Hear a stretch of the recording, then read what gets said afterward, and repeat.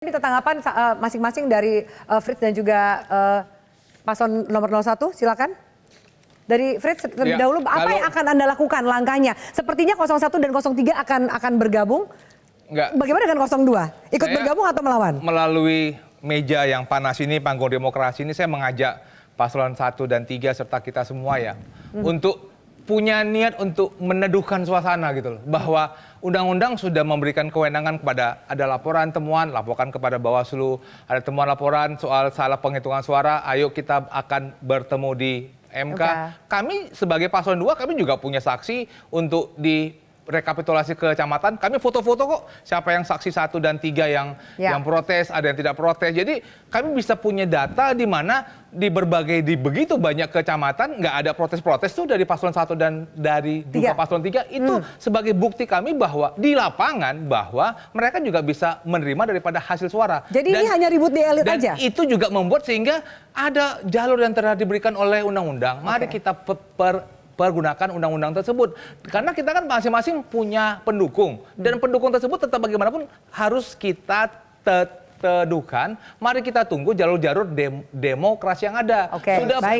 Sudah berhentilah berdemokrasi, demonstrasi, bakar-bakar. Itu kan membuat suasana rekapitulasi tidak akan terjadi kembali. Itu yang saya harapkan kepada kita semua untuk bisa lakukan. Prabowo, Fritz, dan kawan-kawan Gerindra itu berbicara out of context. Persoalan kecurangan itu tidak pelanggaran, Bang, pelanggaran kecurangan kekacauan ini tidak dialamatkan kepada 02. Itu pertanyaan konyol menurut saya. Loh, sebentar. Kalau suara yang paslon 2 juga diambil juga ada kan, Bang? Saya tidak bicara konteks legislatif, Pilpres. Artinya apa? 02 ini out dulu.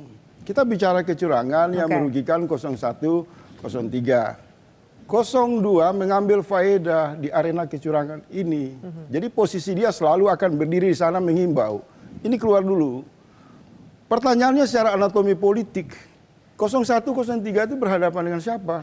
Dengan sumber pembuat kecurangan. Aktor utamanya adalah Presiden Jokowi.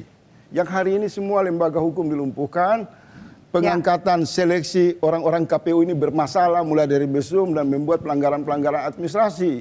Isinya ini amburadul. Jadi harusnya gimana? Ada uang negara hampir 100 triliun dipakai untuk sebuah pesta kecurangan yang sangat masif, terstruktur, dan sangat luar biasa dampaknya. Harusnya 02 ngapain? Ini ada enggak, dia nonton saja. Nonton saja. Dia menikmati ada hasil. Ada mengajakkan untuk sebentar menentukan begini, situasi. Mbak Vivi, kenapa di awal tadi saya mengatakan Prabowo itu tidak menghargai KPU. Dia menikmati kemenangan atas perhitungan cepat lembaga survei yang tidak dijamin legalnya. Jadi nikmati saja lembaga survei itu yang hari ini sudah tidak ditayang oleh televisi, oleh media. Anda punya kemenangan palsu dan Anda nikmati itu. Sekarang rakyat bersama pihak yang dirugikan oleh konsolidasi amburadul ini lagi mencari jalur. Menurut saya, Prof, harus tegas. Kalau Presiden tidak mengambil cuti, tidak dimakzulkan, di mana para guru besar sejak awal sudah ingatkan, maka semuanya akan dikontrol. Baik.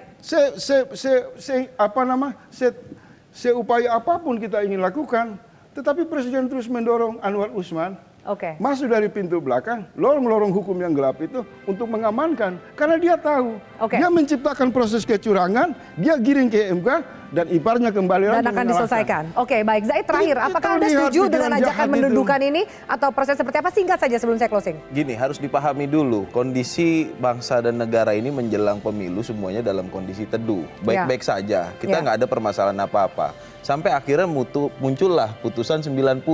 Jadi sebenarnya siapa nih yang bikin gaduh? Kalau nggak ada putusan 90 yang meloloskan Gibran akhirnya menjadi cawapres. Hari ini situasinya mungkin berbeda. Situasi biasa aja kok. Kita kan 2019 apa bedanya gitu kan. Jadi gini, tapi menyambung apa yang disampaikan Abang tadi, memang ada jalur politik, ada jalur hukum, ya kan. Dalam konteks hukum inilah kami tim hukum maju gitu kan. Nah, dalam konteks hukum ini kami maju ini ya, kami akan membuktikan ya kan dengan salah satu Bawaslu maksudnya. Maju di Bawaslu. Di Bawaslu, di MK kami sampai sekarang masih positive thinking, kami masih yakin bahwasanya lembaga ini seperti yang disampaikan Prof adalah lembaga asli hasil reformasi 98 yang kita percaya betul akan bisa membawa intinya hasil akan tetap membawa ke ranah yang sudah disediakan Bawaslu dan MK. Jalur politik silakan dilempar ke partai politik. Baik, Silakan. terima kasih banyak. Aplaus untuk semua para narasumber hari ini. Terima kasih banyak. Dan pemirsa, kita lihat seperti apa. Kita akan lihat data-data yang akan dibawa masing-masing paslon untuk mencari keadilan di Mahkamah Konstitusi. Terima kasih atas atensi Anda. Panggung Demokrasi undur diri. Selamat malam, sampai jumpa.